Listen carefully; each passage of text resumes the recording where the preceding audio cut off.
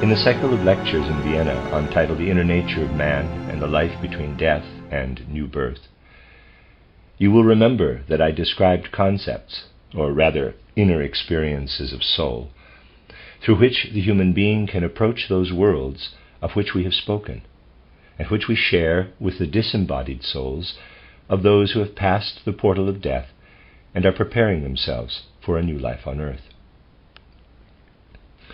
On the basis of those lectures, you will be able to imbue with life a concept which is indispensable if we seek to arrive at a true understanding of the spiritual world. And that is that many things, I say many things, not everything, are, from the point of view of the spiritual world, entirely the opposite of what is revealed in the physical world. On this basis, let us consider the way the human being steps over and also looks over into the life of the spiritual world. Here on earth, bound to our physical body as we are, between waking up and going to sleep, using this physical body as a tool for our experiences in the world, we feel a lack of ability to comprehend the spiritual world and grasp its revelations. As long as we are enclosed within our physical body, and in order to perceive anything, we have to use the rough and ready instruments of this physical body, we cannot avoid using them. And when we are unable to use them, as is the case between going to sleep and waking up, our astral body and our ego being, which are recent additions from the time of ancient moon and the earlier periods of earth, are too attenuated, too intimate, to detect anything. Of course, the spiritual world is ever about us, just as the air surrounds us constantly. And if our astral body and our ego being were, let me say, sufficiently dense, we should always be able to perceive, to grasp what is all around us in the spiritual world. We cannot do so, because in our astral body and our ego being we are too attenuated.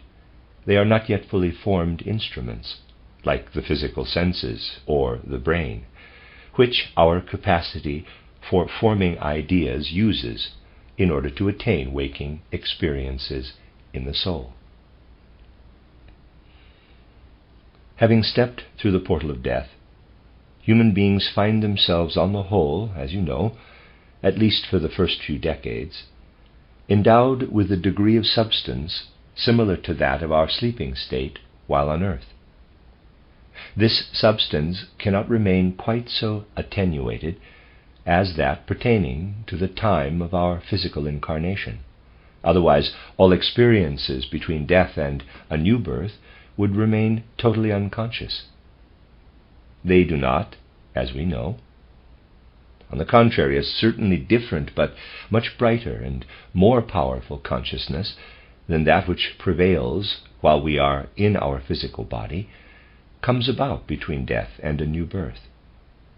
So we must ask how this form of consciousness emerges while we dwell in our astral body and ego being. In physical life here on earth, we possess our physical instrument which permeates us, or we could say envelops us, with all the ingredients which make up the physical world, that is, the mineral, the plant, and the animal kingdoms. The physical body thus prepared for us is our tool for waking life. In a similar way, a tool is prepared for us which serves us between death and a new birth. Because we are human beings, the first thing to be prepared for us after death, as soon as we have laid aside our etheric body, is something that comes from the hierarchy of the angeloi. We are mingled with the substance of the hierarchy of the angeloi. One being from this hierarchy actually belongs to us, is the leading being of our human individuality. As we now grow upward into the spiritual world, this being from the hierarchy of the angeloi, who belongs to us, is joined by other beings from this hierarchy, and together they mold in us, or rather for us, a kind of angeloi organism, the structure of which differs from that of our physical organism. To make a diagram of this, we could say, we grow upward through the portal of death into the spiritual world. This is a sketch of our own individuality, parenthesis mauve in the diagram overleaf, close parenthesis. Linked with it is the one angel being who we feel is given to us by the hierarchy of the angeloi, and that's red. But when we lay aside our etheric body, this angel being forms a relationship with other beings of the hierarchy of the angeloi. It links up with them, and we feel the whole of the world of the angeloi within ourselves. We feel it to be within ourselves. It is an inner experience, except of course for the external experiences which also result.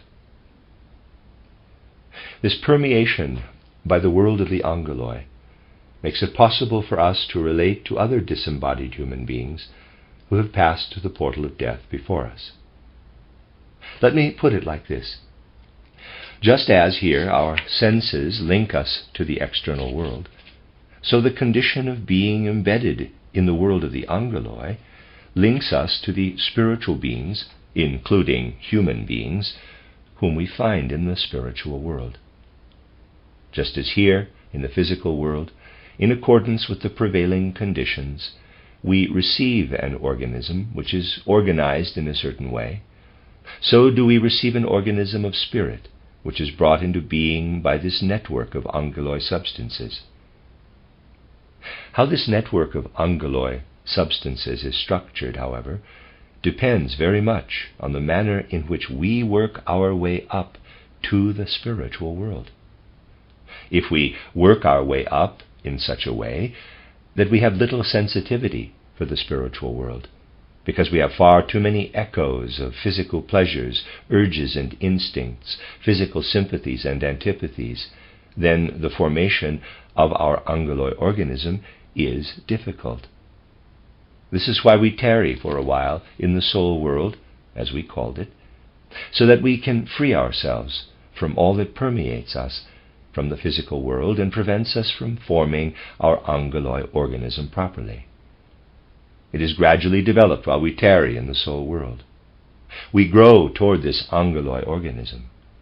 But concurrently another necessity arises, the necessity to permeate ourselves, not only with this angeloi organism, but also with another substance, that of an arch-angeloi organism. Our consciousness in the spiritual world, between death and a new birth, would remain exceedingly dull if we could not permeate ourselves with the arch-angeloi organism. If we were to be permeated only with the angeloi organism, we would be dreamers in the spiritual world. We would be woven out of all kinds of imaginative substances belonging to the spiritual world, but we would dream away our time between death and a new birth. So that we do not dream this time away, so that a strong, clear consciousness can come about, we have to be permeated by the arch-angeloi organism, and that's blue in the diagram. This gives our consciousness the right clarity. Only through this do we wake up in the spiritual world. Now, the degree to which we wake up in the spiritual world determines the degree to which we can have a free relationship with the physical world. And a free relationship with this physical world is something we must have. Let us ask, what is the relationship of the physical world with the excarnated human beings who have passed through the portal of death? You can find the answer to this too in the lectures given in Vienna. Here in the physical world it is difficult for human beings, however strong their yearning, to rise up in thought and feeling to a perception of the spiritual heavenly world. Human beings thirst for ideas about the heavenly world, but they cannot easily unfold the powerful capacity for forming ideas necessary to bring this heavenly world into their reach. In a certain sense, the situation is the opposite during life in the spiritual world, between death and a new birth. Into this world we are followed by what we experience in the physical world. We are followed by what was important in the physical world, by what we perceived here. We are followed by all this in a very extraordinary way. The examples I give will show you how complicated these things are. In the light of our capacity to form ideas in the physical world, these examples will sometimes appear grotesque, even paradoxical, but it is impossible to enter in a concrete way into the spiritual world without also taking account of precisely these ideas. Perception of all that exists in the mineral kingdom is lost almost as soon as we step through the portal of death. Here in the physical world, because we have senses, our capacity for perception is greatest with regard to the mineral kingdom. Indeed, we could almost say it is virtually exclusive. For other than the mineral kingdom, there is not much that we can perceive as long as we are confined to our senses. You might say that we perceive animals and plants as well. Why do we? A plant is full of minerals, and what we perceive in the plant is everything mineral that streams and pulsates through it. The same goes for the animals. So it is true to say that here on earth human beings perceive with their senses almost exclusively what belongs to the mineral kingdom. When we die, this mineral kingdom, so clearly perceived here, disappears. Take an example. Every day you perceive salt on your table. You perceive it as an external mineral product. But someone who has left his body and gone through the portal of death cannot see this salt in the salt cellar. However, when you sprinkle the salt in your soup and then swallow it, a process takes place within you, and that process, which is accompanied by the sensation of the salty taste, is perceived by the one who has died. From the moment when your tongue begins to taste the salt, from the moment when a process takes place within you, the one who has died can perceive the salt in the way it works. This is how things are. So those who have gone through the portal of death cannot perceive the mineral kingdom unless it has an influence in some way on a human or animal or plant organism. This shows that what might be called the external environment of the dead is quite different from what we are accustomed to call our environment here between birth and death. One thing, however, always remains perceptible to the dead, and it is important to pay attention to this. It is whatever has been filled with human thoughts and feelings. It is the human thoughts which are perceived. Salt in a salt cellar, as a product of nature, is not perceived by the dead, nor do they perceive the salt cellar, whether it is made of glass or any other material. But insofar as human thoughts have come to rest in the salt cellar during the process of its manufacture, these human thoughts are perceived by the dead. When you consider how everything around us, except what is purely the product of nature, bears the signature of human thoughts, you will have a good idea of what the dead can perceive. They also perceive all relationships between beings, including those between human beings. All this is alive for them. There are certain things in the physical world, however, of which the dead endeavor to rid themselves. They want to expel them from their ideas and soul experiences, as it were, wipe them out. Their desire to do this is comparable to the longing on the part of human beings here on earth to gain certain insights about the world beyond. Here we long to achieve ideas about the next world. After death, as regards certain human matters here on earth, the world beyond, from the viewpoint of the dead, we long to extinguish them, to wipe them away. But to do this it is necessary to be filled with the substances of the higher hierarchies of angeloi and archangeloi. Once the dead are filled with these substances, they can distinguish from their consciousness what must be extinguished. This then gives you an idea of how the dead grow into the spiritual world, by filling their individuality through and through with the substances of beings of the higher hierarchy.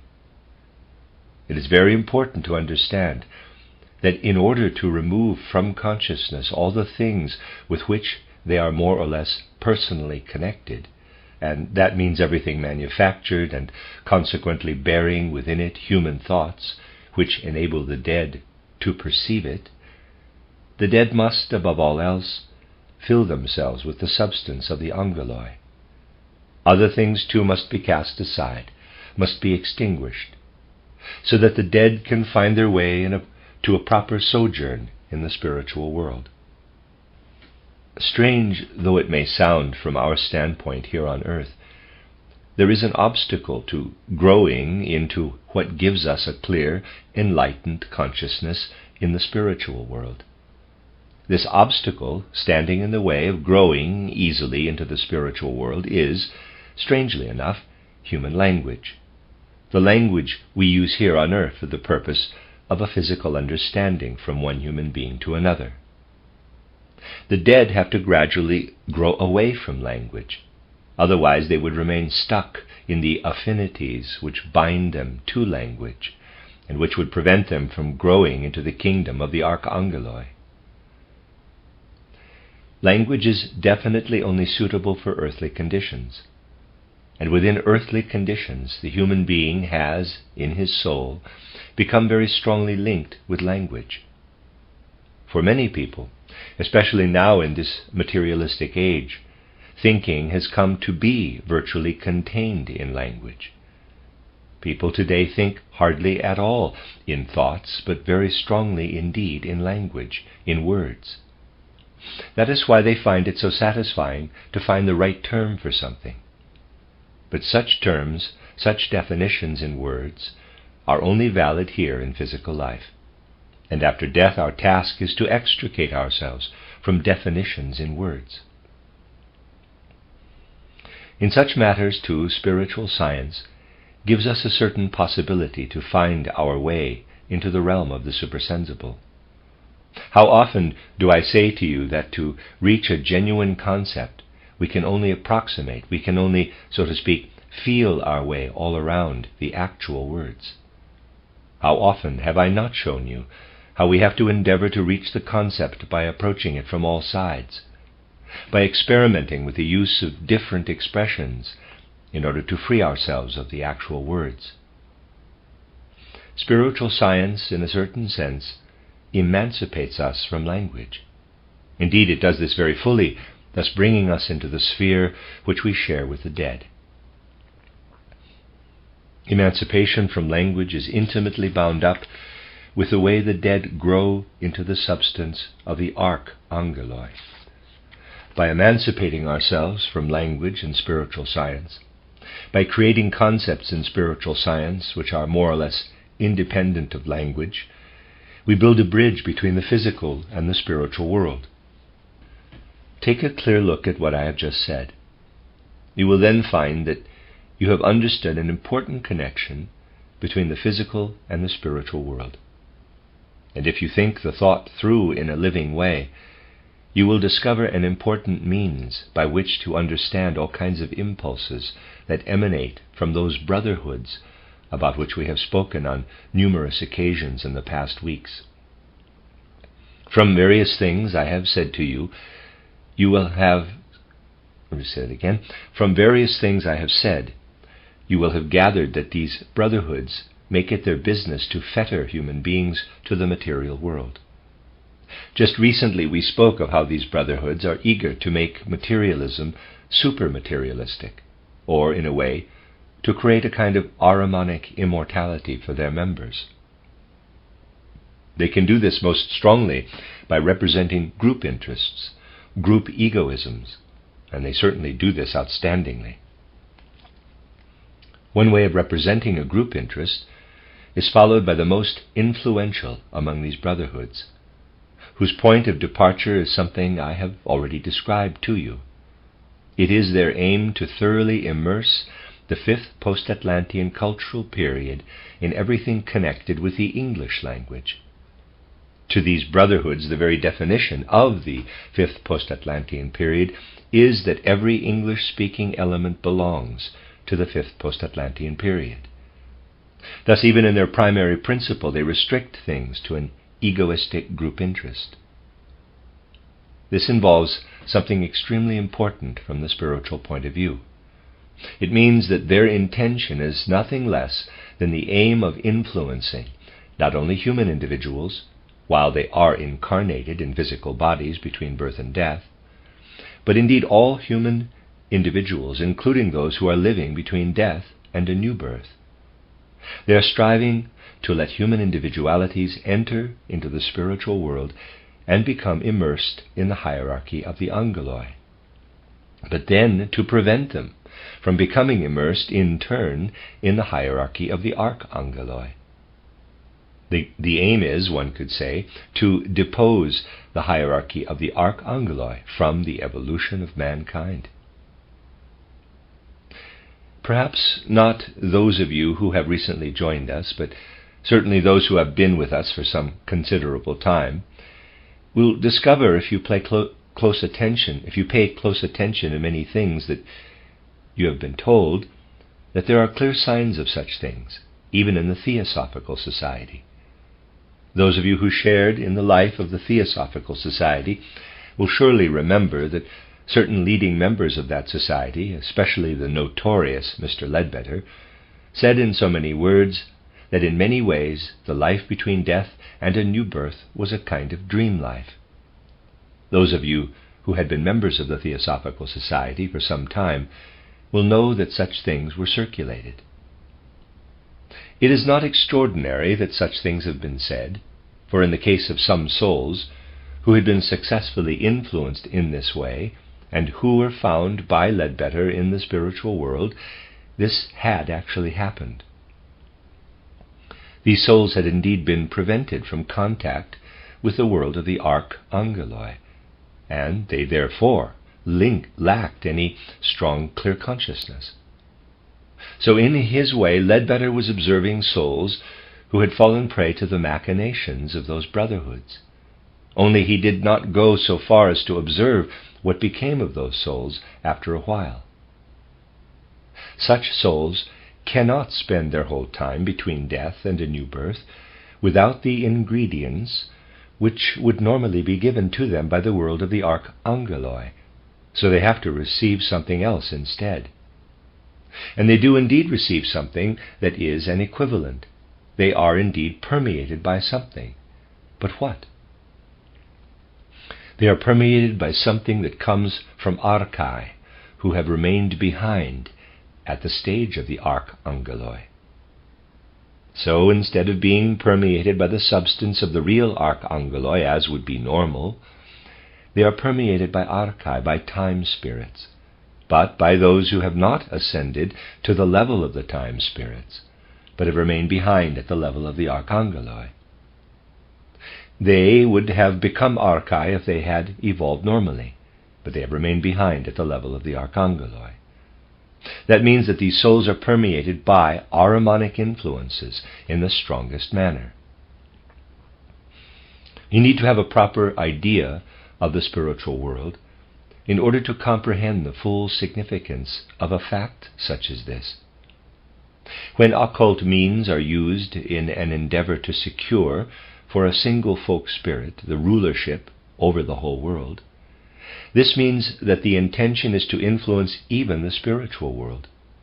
It means that in the place of the legitimate rulership of the dead by the archangeloi is put the illegitimate rulership by archai, who have remained at the stage of the archangeloi, and who are therefore illegitimate time spirits. With this, ahrimanic immortality is achieved. You might ask why human beings can be so foolish as to allow themselves to be programmed away from normal evolution and into quite another evolutionary direction. This is a short-sighted judgment, for it fails to take into account that out of certain impulses human beings can indeed come to long for immortality in worlds other than those that would be normal. It is well and good that you do not long for any part in some kind of harmonic immortality, but just as all kinds of things are incomprehensible, so you will have to admit that it must be allowed to remain incomprehensible. If people in the normal world, including life between death and a new birth, want to escape from this normal world, saying, as it were, we do not want Christ to be our guide. Christ, who is the guide for the normal world, we want a different guide, for we want to oppose this normal world. From the preparations they undergo, I have described these to you, from the preparations brought about by ceremonial magic, they gain the impression that the world of Ahrimanic powers is a far more powerful spiritual world, and that it will, above all, enable them to continue what they have achieved in the physical world, making immortal their materialistic experiences in physical life. The time is ripe for looking into these things, because those who do not know about them, those who do not know that such endeavors exist today, are not in a position to understand what is going on. Behind everything visible in the physical world, there lies something that is supernatural, something physically imperceptible. And there are today not a few who work either for good or for bad, with means, with impulses that are hidden behind what the senses can perceive. It can be said that the world in which we live will follow its proper evolution if human beings place themselves in the service of Christ. But there are many and varied means by which this can be avoided, and some of these are so close to home that it is not easy to speak about them. People have no idea what can spread through human souls, yet at the same time work as an immeasurably strong occult impulse. You know, now this is close to home, that at a certain point of time the doctrine of infallibility was declared. This doctrine of infallibility, and this is the important aspect, is accepted by many people. But someone who is a true Christian might wonder about this doctrine of infallibility. He could ask himself what the early fathers of the Church, who were much closer to the original meaning of Christianity, would have said about it. They would have called it a blasphemy. In a truly Christian sense, this would hit the nail on the head. And at the same time, it would point to an exceptionally effective occult method of stimulating faith by means of something eminently anti-Christian. This faith represents an important occult impulse in a particular direction, away from normal Christian evolution. As you see, we can touch on something quite close to home, and wherever we do so in the world, we find occult impulses. A similarly powerful occult impulse, which failed, was sought by Mrs. Besant when she launched the Alcyone fiasco. If a belief in the incarnation of Jesus in Alcyone had taken hold, this would have become a strong occult impulse. So you see that even the mere spread of certain concepts, certain ideas, can contain strong occult impulses. And since those brotherhoods of whom I have spoken have set themselves the task of making the fifth post-Atlantean period, in the egoistic interest of their group, into the long-term aim of earthly evolution, eliminating what ought to come into this earthly evolution in the sixth and seventh post-Atlantean periods, you will understand why these brotherhoods send out into the world the things that I have described. To achieve their aims, they have to create impulses which are meaningful not only for incarnated human beings, but also for those who are not incarnated. The time has come when it is necessary that at least a few solitary individuals understand these things, so that they can gain an idea of what is actually going on and being accomplished. For this to be possible, concepts about the life of mankind on earth must come into being, which are ever more and more right. It is unthinkable that those concepts can continue which are causing so much harm in our time. For the more human beings there are who have the right concepts, the less will certain occult trends be able to stir up trouble. However, as long as the things which are being said continue to be said in Europe today, things deliberately distorting the truth about the relationships of nations with one another, this is a sign that many occult impulses are at work with the aim of distracting earthly evolution away from the sixth post-Atlantean period. After all, important things are going to be brought about by the sixth post-Atlantean period. I have stressed very strongly that Christ died for the individual human being. We must see this as an essential aspect of the mystery of Golgotha. He has an important task during the fifth post-Atlantean period, which we shall leave aside for the moment, but he also has an important task in the sixth period. This is to help the world to overcome the last vestiges of the principle of nationality. That this should not happen, that steps should be taken in good time to prevent any influence by Christ in the sixth post-Atlantean period, this is the purpose served by the impulses of those brotherhoods who want to preserve the fifth post-Atlantean period in the manner I have shown. The only countermeasure is to create the right concepts and gradually imbue them ever increasingly with life. These right concepts must live. Nations could dwell so peacefully side by side if only they would endeavor to discover the right concepts and ideas about their relationships. As I have said, no program, no abstract idea, but solely the right concrete concepts can lead to what must come about. Difficult though it is in the face of current ideas, by which our friends too have of course been not a little infected, nevertheless it is necessary to draw people's attention to various aspects which can lead to the right concepts. You all have at your disposal the necessary materials on which to base these right concepts, but these materials are not illuminated properly. As soon as they are correctly illuminated, you will arrive at the correct, concrete ideas. Let us now take up something we have already discussed from a certain viewpoint. Here, on this globe, in the Europe we inhabit, the relationships between nations are spoken about in a way that inflicts utter torture on the dead. For all the ideas and concepts are based on the peculiarities of language. By forming concepts about nationality based on the peculiarities of language, people persistently torture the dead. One way of torturing the dead, one way of failing to show them love, is to participate in spiritualist seances, for this forces them to manifest in a particular language. The dead person is expected to speak a particular language, for even with table rapping, the signs have to refer to a particular language.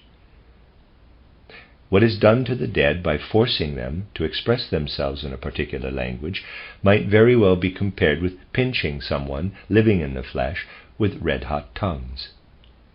So painful for the dead are spiritualist seances, which expect them to express themselves in a particular language. For in their normal life, the dead are striving to free themselves from the differentiations between languages. So, simply by speaking about the relationships between the peoples of Europe in concepts based on language, we are doing something about which we are barely able to communicate with the dead. That is why I could say that it is necessary today, or beginning to be necessary, to form concepts of a kind which can be discussed with the dead, or about which we can have communication with the dead. Of course, there is no need to inundate the world with Volapük or some other constructed language, for though it is true that all people wear clothes, they need not all wear the same clothes. On the other hand, though, we cannot be expected to see our clothes as part of ourselves. Similarly, something we need for the physical world, namely the differentiation between languages, which serve the purpose of bringing the spiritual realm into the physical world, cannot be seen as belonging to our inmost archetypal being.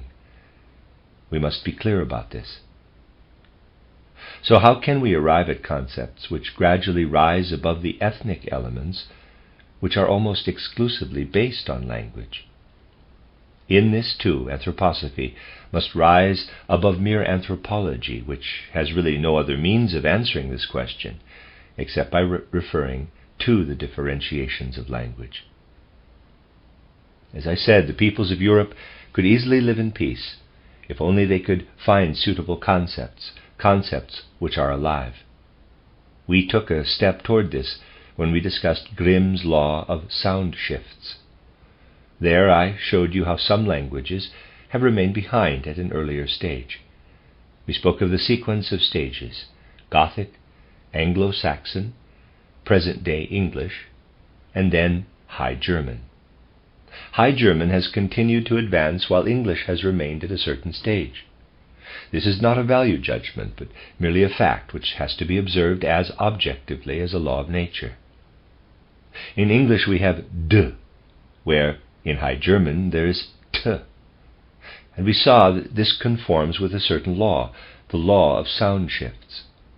However, this law of sound shifts is, in a certain sphere, an expression of more profound conditions prevailing in the whole of European life.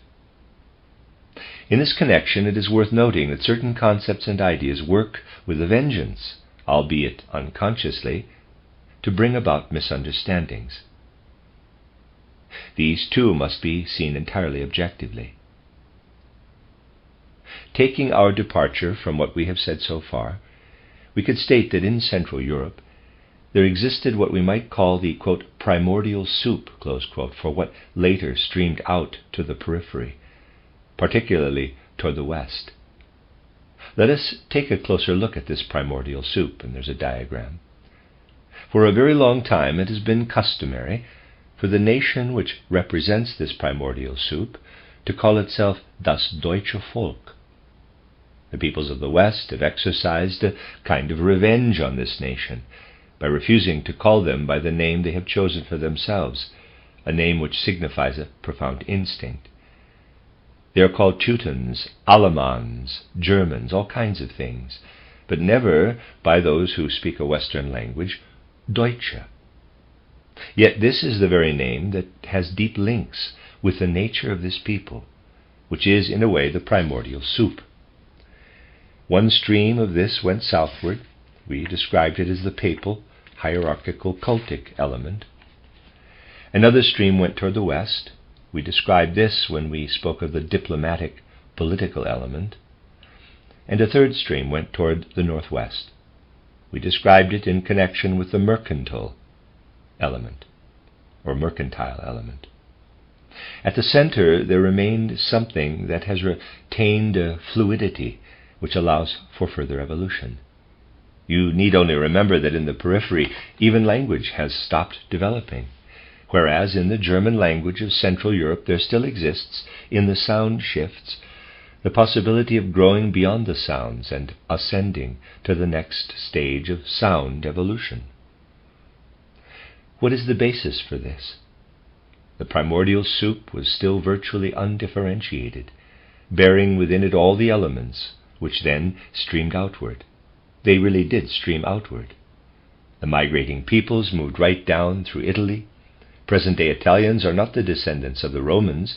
They are the result of all that arose through the mingling of the Germanic tribes as they moved southward. The whole process began when the Romans used the Germans, whom they had absorbed, to wage war on other Germans, for these were their best warriors. Things then continued in the manner familiar to us from history. Similarly, the Franks migrated westward, and the Anglo-Saxons northwestward. How can we gain a proper conception of what it was that migrated outward in this way? The undifferentiated primordial soup of humanity was not quite without structure, even though it was undifferentiated. It is right to distinguish between what was at first undifferentiated and what later became differentiated. The primordial soup contains what migrated down toward the south, if it is there as one of the parts. This part migrated southward with all its one-sidedness. Drawing an analogy to what people meant by the ancient castes, we could say that a caste migrated southward, a caste with a capacity for priestly things, a priestly caste. Since then, a priestly element has always emanated from that part of the periphery. This has taken many forms, and although in an extraordinary way, even the latest phase has a kind of priestly character. Not only is the impulse called holy egoism, sacro egoismo, but also d'annunzio, for instance, could not have used words of a more priestly nature. Right down to the rephrased Beatitudes, everything that came from that quarter was clothed in priestly robes. Whether good or bad, everything was of a priestly nature. What remained in the primordial soup became the opposition to all this, in the way I have described. What appeared in the Reformation was the element which had remained in the primordial soup. It came to be the opponent of the one-sided priestly element. The fact that today nothing more can be detected of this priestly element, or that all that can be detected is what is obviously there, is simply the result of that hollowing out of which I have spoken. The second element migrated westward, the warrior caste, the kingly caste, the element of kingship. We have spoken of this too. This western part only fell into republicanism because of an anomaly. In actual fact, it is inwardly structured through and through in a warlike, kingly manner, and it will ever and again fall back into this warlike, kingly element. Again, we have something that has streamed out, so that a part of this element, which has streamed out toward the west, has also remained in the primordial soup, and will, in turn, have to provide the opposition to what takes place in the west. And northwestward went the mercantile element. It too remains as a part, and will have to stand in opposition to what has developed one-sidedly. No moral evaluation is meant by this, for let no one believe that I in any way share the opinion, expressed so frequently, that the mercantile element is something despicable in comparison with the priestly element. All these things must be seen in their dissimilarity, but they must not be labeled and evaluated. Indeed, for the fifth post-Atlantean period, as we have seen, the mercantile element is something utterly essential. Indeed, for the fifth post-Atlantean period, as we have seen, the mercantile element is something utterly essential. But we really must see the realities as they exist. If people cannot see them now, then they will come to see them in the future. From one quarter, many occult impulses have emanated, which have used the priestly element in the interests of certain groups, and from another quarter have come occult principles which have used the warlike element. In the same way, from a third quarter, occult impulses are emanating today which prefer to use the mercantile element as their vehicle. They will be stronger than the others, for numbers 1 and 2 are only repetitions of the third and fourth post-Atlantean periods, whereas number 3 belongs fully to the fifth post-Atlantean period. Therefore, all the impulses that come from the third quarter will be stronger than those coming from the first and second quarters, because they coincide with the fundamental character of the fifth post-Atlantean period. They will be as strong as certain impulses were during the Egyptian civilization in the third post-Atlantean period, and others which emanated from the Near East and transplanted themselves through the cultures of Greece and Rome during the fourth post-Atlantean period. The sorcery of the ancient Egyptians and the blood sacrifices, these are the forerunners of what comes from the secret brotherhoods of which we have been speaking, though what comes from them will become something different.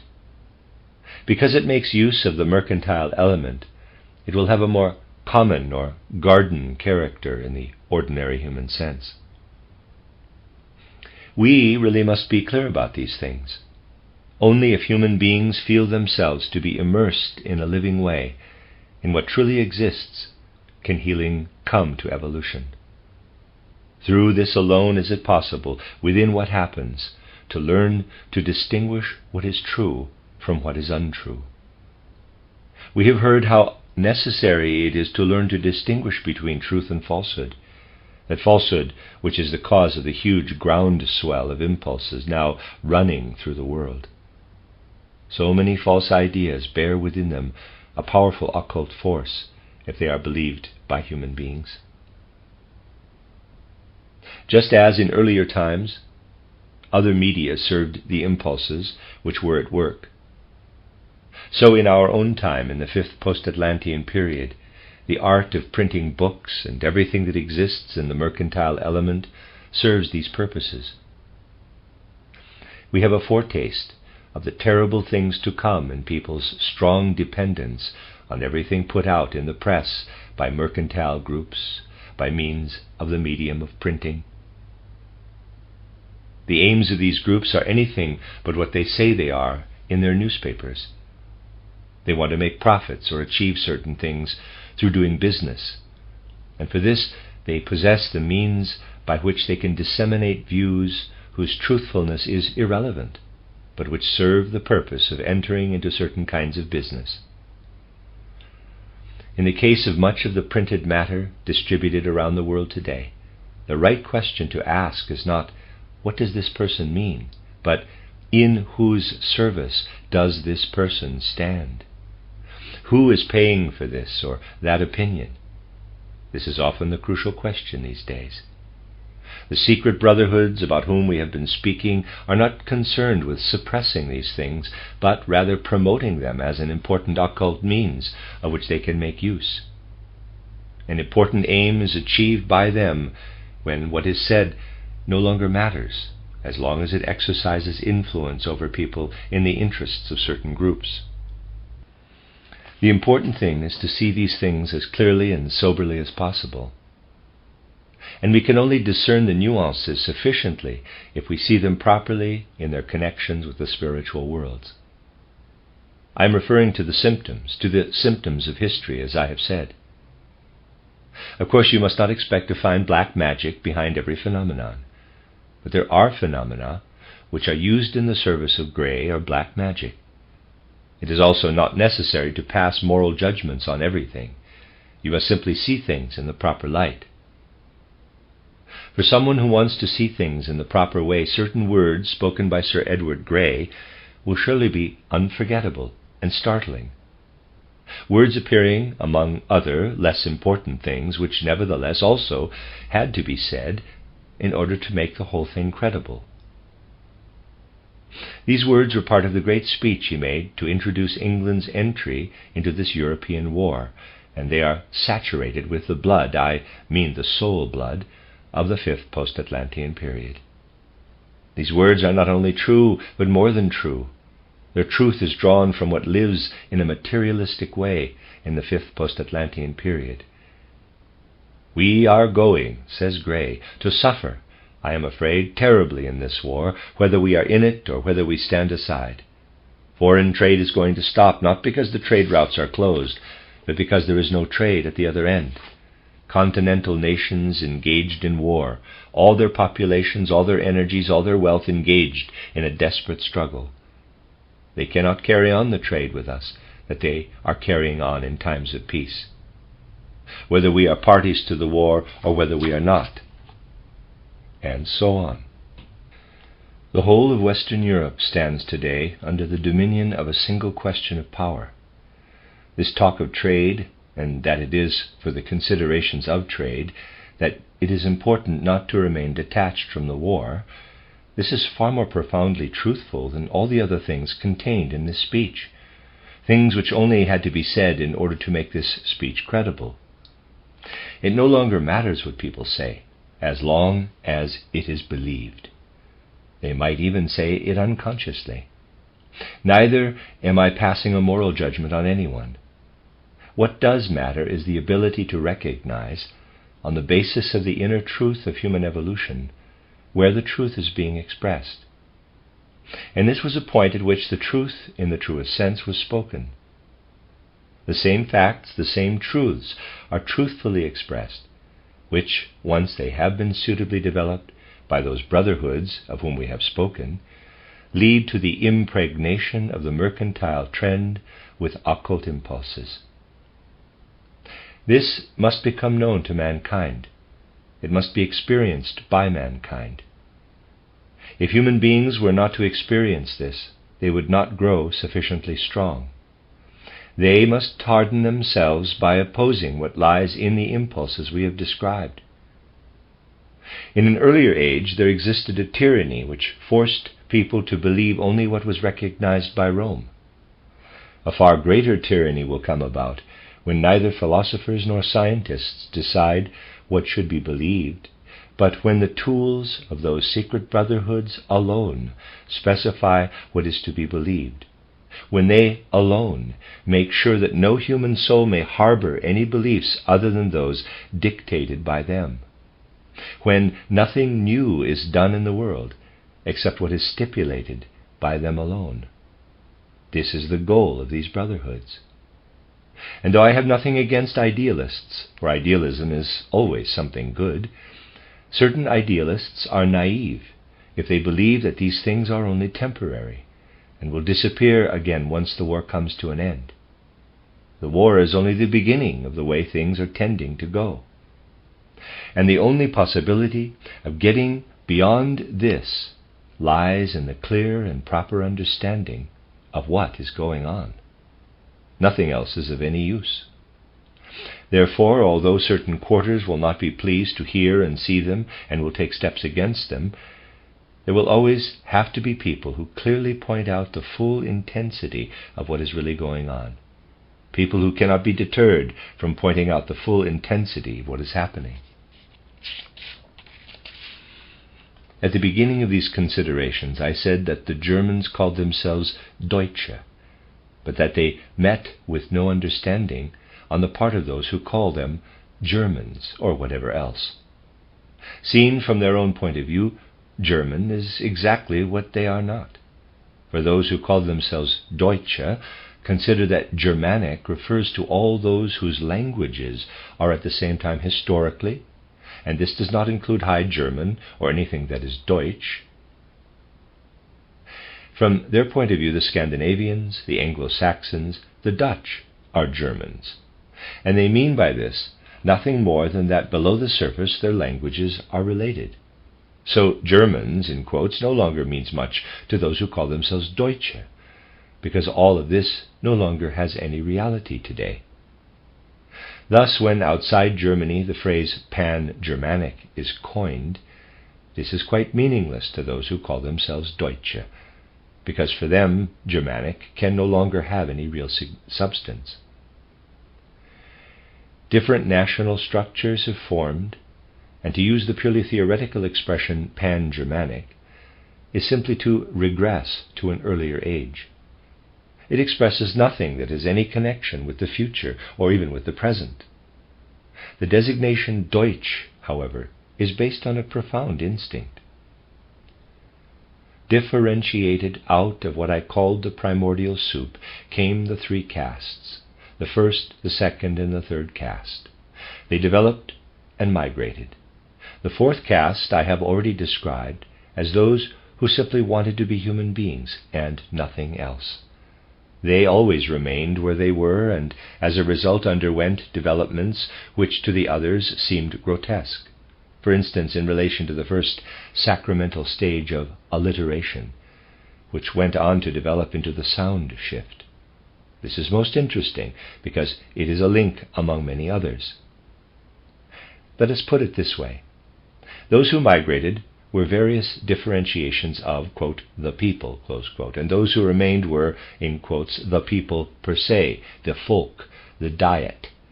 The name Dietrich, for instance, means he who is rich in people.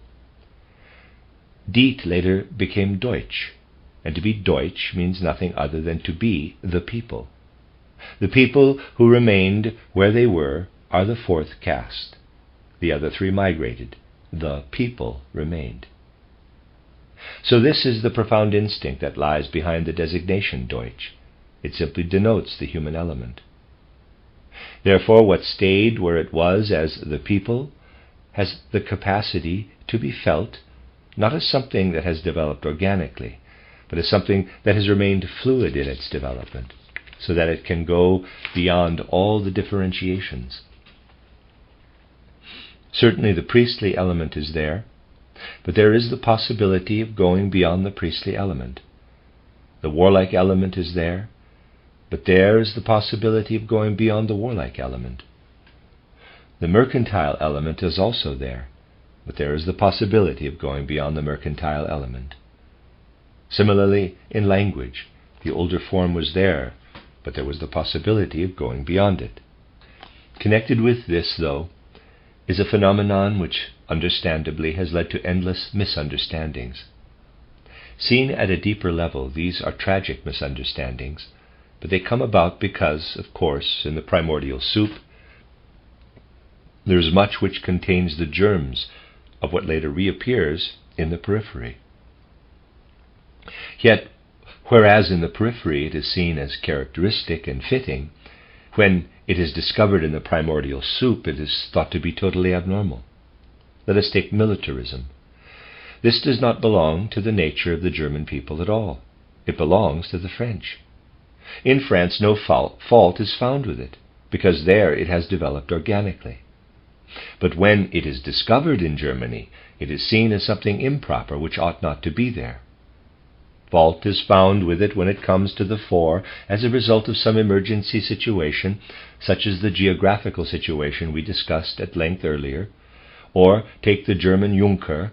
All he represents is what developed in the British Empire into something absolutely acceptable, the aristocratic squire.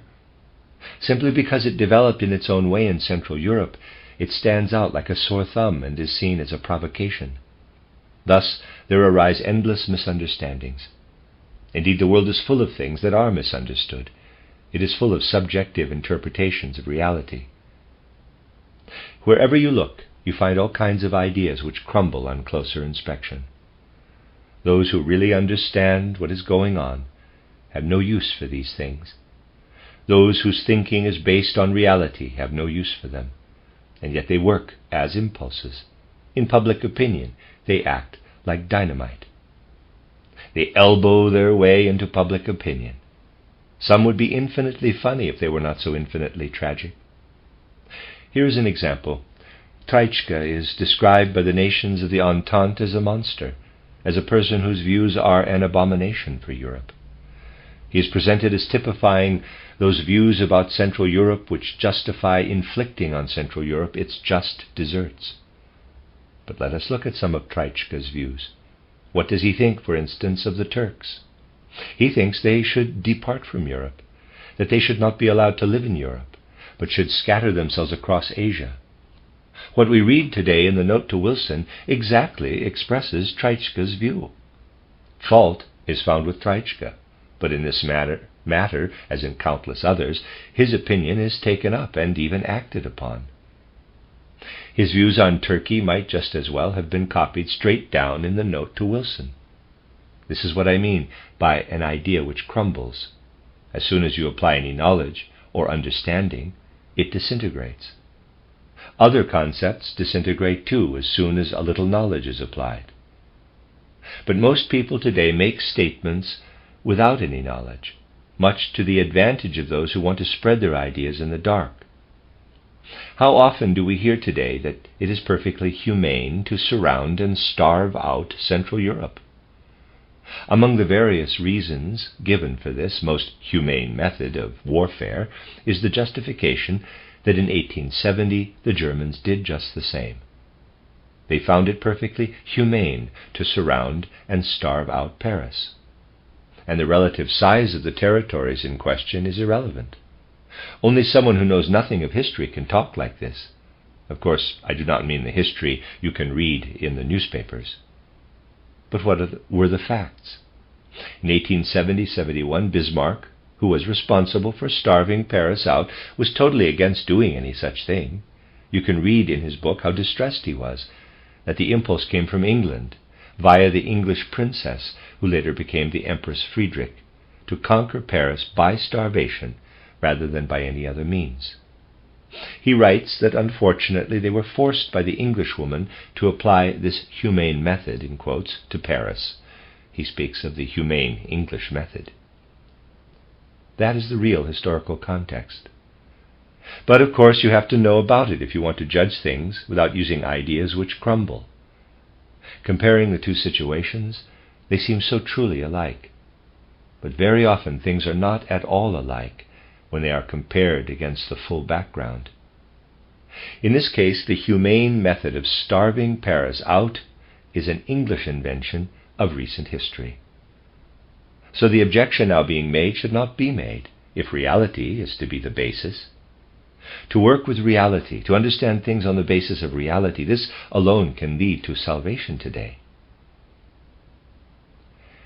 To be able to meet the request of many of our friends to investigate current events, we have had to discuss things we usually discuss in other connections, in order that our souls might experience the deep seriousness with which the reality of events must be seen.